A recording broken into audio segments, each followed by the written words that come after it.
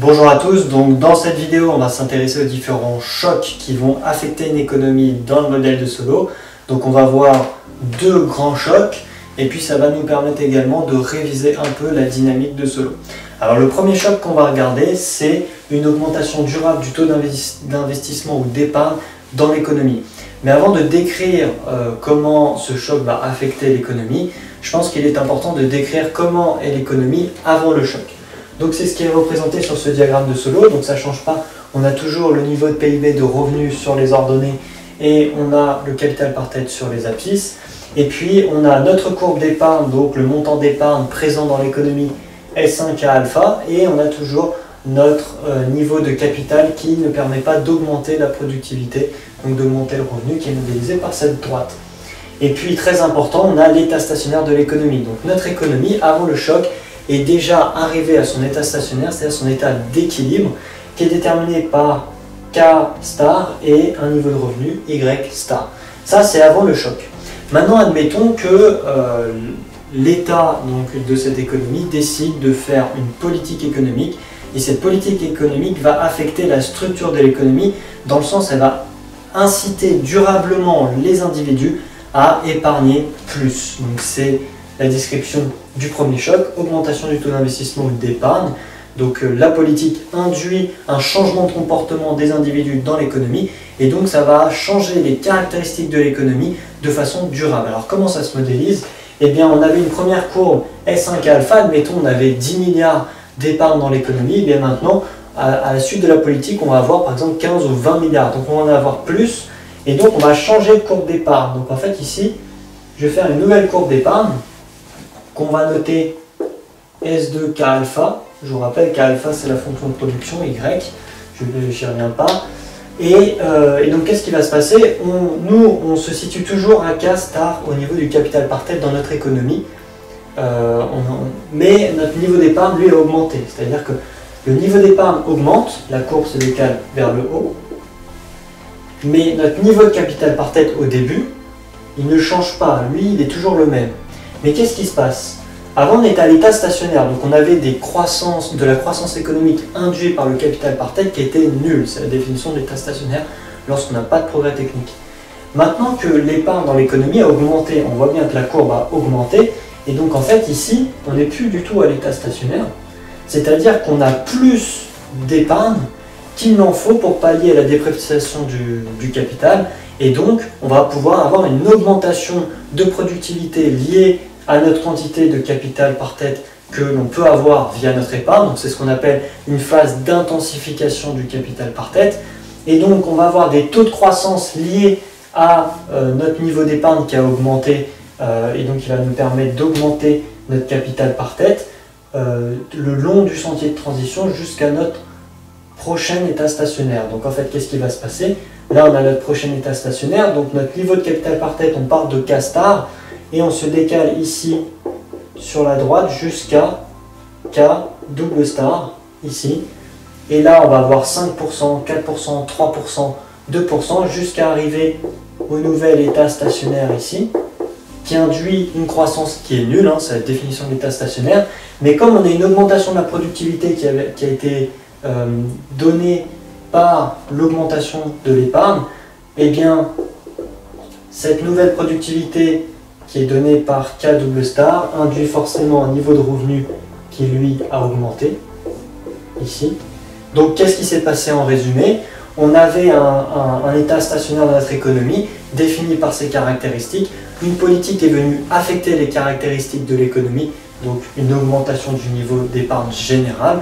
L'augmentation du niveau d'épargne engendre une intensification du capital par tête, ce qui génère des taux de croissance que 5%, 4%, 3%, c'est la loi des rendements marginaux décroissants, mais du coup ça augmente, et ça nous permet également d'augmenter le niveau de revenu. Donc à la suite de ce choc, eh bien, on constate que l'économie est beaucoup plus riche qu'avant. Donc ça c'est le premier choc. Nous on se retrouve tout de suite pour le deuxième choc. Alors quel est le deuxième choc du modèle de Solow? Eh bien le deuxième choc, c'est une augmentation durable de la population. Donc on en avait parlé dans les précédentes vidéos. Quand on avait une augmentation de la croissance démographique, qu'est-ce que ça a engendré dans l'économie? Eh bien on va le voir tout de suite dans ce choc. Donc on a toujours notre diagramme de Solow, on a notre état stationnaire donc qui induit un certain niveau de revenu et un certain niveau de capital par tête. On a un montant d'épargne cette fois-ci qui ne va pas varier dans l'économie, toujours déterminé par SK alpha, ça ne change pas. Et nous, en fait, la variable qui va changer, c'est N. C'est pour ça qu'ici, j'ai mis N1, tout simplement parce qu'on va avoir une augmentation de la croissance démographique. Et rappelez-vous la dernière hypothèse du modèle de Solow qui nous disait que si on augmente la croissance démographique, on va augmenter également grand L, c'est-à-dire la quantité de travailleurs.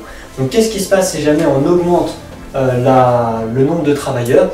Eh bien, notre niveau d'épargne présent dans l'économie n'est plus suffisant pour pallier, pour garder le niveau de capital par tête constant, parce qu'on a tout simplement plus de travailleurs. Donc pour garder le même niveau de capital par travailleur, eh bien, il nous faudrait plus d'épargne, mais on n'en a pas plus. Donc ce n'est plus soutenable.